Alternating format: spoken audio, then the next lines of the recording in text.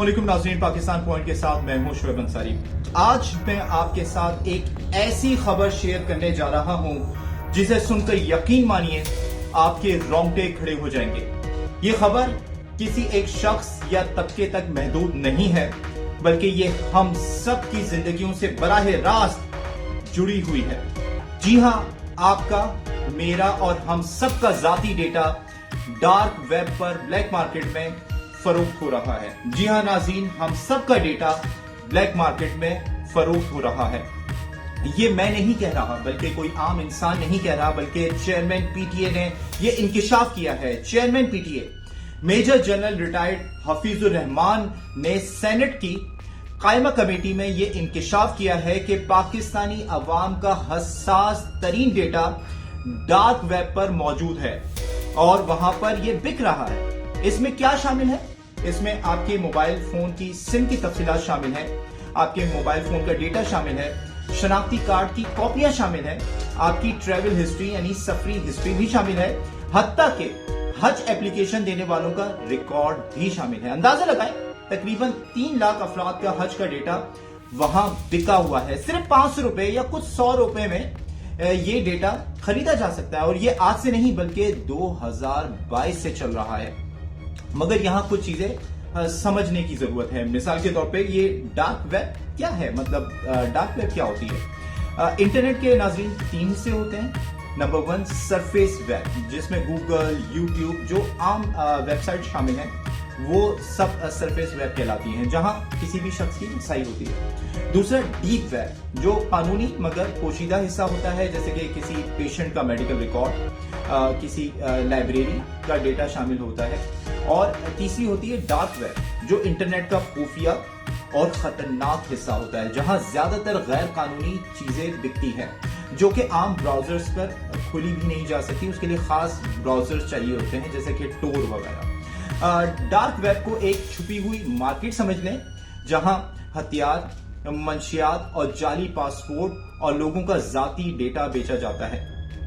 सवाल ये पैदा होता है कि ये डेटा बिकता कैसे है, सेल आउट कैसे होता है? तो डार्क वेब पर खरीदार ज्यादातर क्रिप्टो करेंसी में पैसे देते हैं, ताकि उनका सुराग ना लगाया जाए कि ये डेटा खरीदा किसने है और उसकी इंफॉर्मेशन क्या है। वहां पैकेजेस ही ऐसे दस्तयाब होते हैं, जैसे ऑनलाइन शॉपिंग में, जैसे अमेजोन पे आप शॉपिंग करते हैं, आपका शनाख्ती कार्ड का स्कैन कॉपी मिल जाएगी, पासपोर्ट की तफसीलात मिल जाएंगी, सिम कार्ड का डेटा भी मिल जाएगा, और खास तौर पे आपकी ईमेल्स और उनके पासवर्ड भी दस्तयाब होते हैं, और ये सब कुछ चंद 100 रुपए में बिक रहा होता है।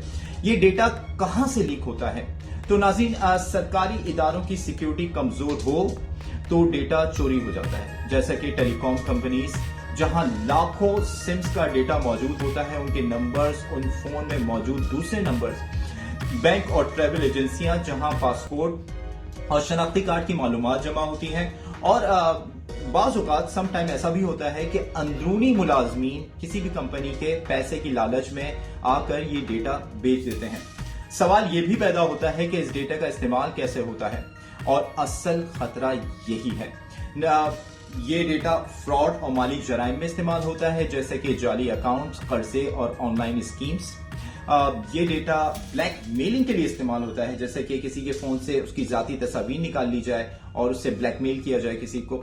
ये जाली सिम रजिस्ट्रेशन, यानी कि आपके शनाख्ती कार्ड को पर निकलवा कर जुर्म को लोन निकलवा लिया आपके शनाख्ती कार्ड पे, और उसके लिए भी इस्तेमाल होता है। आइडेंटिटी थेफ्ट के लिए इस्तेमाल होता है, जैसे कि किसी और का बिजनेस हो या गैर कानूनी लेन देन हो, आपके नाम हो रही हो, उसको एंजॉय मैं कर रहा हूं। सोशल इंजीनियरिंग के लिए इस्तेमाल होता है, जैसे कि आपके पासवर्ड का डेटा, पासवर्ड ले लिया जाए और उससे हम चोरी करें या कोई गैर कानूनी एक्टिविटीज में मुलव्वस हों। अच्छा, अहम बात यह है कि ये पाकिस्तान का मसला नहीं है, पूरी दुनिया का मसला है। अमेरिका में गुज़िश्ता दिनों एक डेटा लीक हुआ एक्विफेक्स से, और 14 करोड़ लोग उससे मुतासिर हुए, उनके मेडिकल डेटा चोरी कर लिया गया। भारत में हमने देखा कि आधार कार्ड का डेटा कई बार चोरी हो चुका है। फर्क यह है कि वहां की हुकूमतें फौरी तौर पर तहकीकात करती हैं और सख्त कवानीन भी बनाए जाते हैं, जबकि पाकिस्तान में बदकिस्मती से ये संजीदगी अभी तक नजर नहीं आई। पाकिस्तान में सूरत हाल की कशीदगी को समझा है सेनेट कमेटी ने, और शदीद गुस्से का इजहार भी किया है। جبکہ حکومتی سینیٹر افنان اللہ نے بتایا ہے کہ باہر سے دباؤ آ رہا ہے کہ پاکستان ڈیٹا پروٹیکشن کے لیے کوئی خاص قوانین بنائے، یعنی کہ پاکستان میں ابھی تک کوئی خاص قوانین بھی نہیں تشکیل دیے گئے۔ کمیٹی نے ایک high level security data centre بنانے کی تجویز دی ہے، مگر سوال یہ ہے یہ کب بنے گا، ان تجاویز پہ کب عمل درآمد ہوگا اور عوام کی ڈیٹا کی حفاظت کون کرے گا؟ عام عوام کے لیے خطرات ہیں، یہ کوئی چھوٹی بات نہیں ہے۔ آپ کا ڈیٹا لیک ہو گیا تو آپ کے شناختی کارڈ پر کوئی بھی شخص قرض نکال سکتا ہے اور آپ کو پتا بھی نہیں ہو، آپ کے نام پہ قرض نکلا ہوا ہو، آپ کی نام پہ جعلی سمز نکال کر کوئی دہشت گردی کے لیے استعمال کر سکتا ہے، کوئی کرائم کے لیے استعمال کر سکتا ہے اور آپ کو اس بات کا علم بھی نہ ہو کہ آپ کے نام پر دہشت گردی ہو رہی ہے۔ آپ کی سفری ہسٹری غلط ہاتھوں میں جا سکتی ہے، آپ کے بینک اکاؤنٹ یا ای میلز ہیک ہو سکتے ہیں۔ اب ان سب سے نبرد آزما کیسے ہونا چاہیے؟ تو عام لوگوں کے لیے میری تجویز یہ ہے کہ اپنی معلومات کو کم سے کم شیئر کریں۔ ہر جگہ شناختی کارڈ کی کاپی دینے سے پہلے سوچیں، اپنے پاسورڈ کو مضبوط بنائیں، مشکل بنائیں، اپنی تاریخ پیدائش یا آسان پاسورڈ نہ رکھیں، جو اپنے گھر کا ایڈریس، تھوڑا مشکل پاسورڈ بنائیں۔ 2 فیکٹر آتھینٹیفیکیشن کی طرف جائیں، اپنے ای میلز، بینک اکاؤنٹس پر سیکیورٹی بڑھائیں۔ پبلک کے وائی فائی کو کم سے کم استعمال کریں، وہاں سے ہیکنگ ہوتی ہے اور وہاں سے لاگ ان آپ ہوتے ہیں تو وہاں سے ڈیٹا چوری ہو جاتا ہے۔